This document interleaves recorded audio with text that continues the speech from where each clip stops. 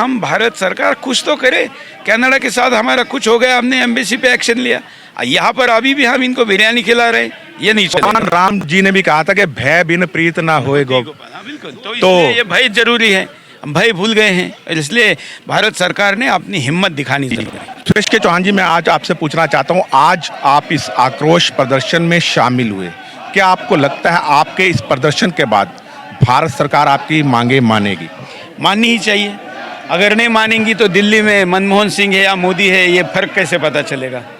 दिल्ली ने आसपास के देशों के हिंदुओं का कभी साथ नहीं दिया, ये इतिहास है। ये इतिहास मोदी को बदलना होगा, नहीं तो फिर कायरता की लिस्ट में ये सरकार भी आएगी। हिंदुस्तान की आम जनता बांग्लादेश का क्या बिगाड़ सकती है? जो बिगाड़ने की हिम्मत, ताकत और क्षमता है वो सरकार की है, वो उन्होंने करके दिखाना चाहिए।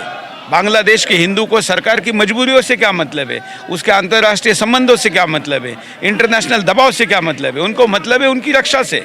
जब उनके घर के दरवाजे पर कोई जिहादी दस्तक देता है तो उनको लगता है कि भारत मदद में आएगा।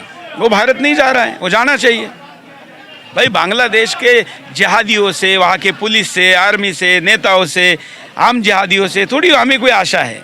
वो तो लातों के भूत है, वो बातों से थोड़ी मानने वाले हैं। इसलिए सरकार का कर्तव्य है बस। आप खुलकर प्रश्नों का उत्तर देते हैं, इसलिए मैं आपसे पूछ रहा हूँ, 1971 में देश में कांग्रेस की सरकार थी।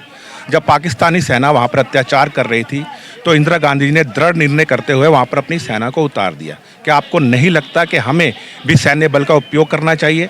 और बांग्लादेश के ये मेरा पूरी कहने का मतलब तो यही है ना कि भारत सरकार करे, मतलब कि अरे कुछ नहीं, एक राफेल भी भेज देते हैं ना चक्कर मारने के लिए, तो भी पहले दिन संदेश चला जाता है। मेरे पहले दिन की अपील थी कि जिस दिन हमले शुरू हुए थे, एक बस चक्कर मार के भेजिए, संदेश चला जाएगा।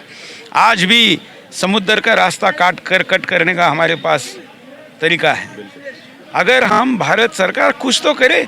कनाडा के साथ हमारा कुछ हो गया, हमने एम्बेसी पे एक्शन लिया। यहाँ पर अभी भी हम इनको बिरयानी खिला रहे हैं, ये नहीं चलेगा। अंतिम प्रश्न लेना चाहूँगा क्योंकि आप भी बिजी, आप जाना चाहेंगे। गौतम अडानी जी कहते हैं कि विपक्ष वाले, मैं नहीं कहता, विपक्ष वाले कहते हैं कि गौतम अडानी जी प्रधानमंत्री मोदी जी के परम मित्र हैं और उनकी बहुत आपस में बनती है। बांग्लादेश में जो बिजली सप्लाई हो रही है वो गौतम अडानी जी की कंपनी कर रही है। अगर आज बिजली सप्लाई बंद कर देंगे तो बांग्लादेश अंधेरे में डूब जाएगा। तब वहाँ पर सबको अकल आ जाए, क्या अडानी जी को जो पावर सप्लाई कर रहे हैं वो बंद नहीं कर देनी चाहिए? देखिए, ये तो अडानी का काम थोड़ी है, ये काम सरकार का है।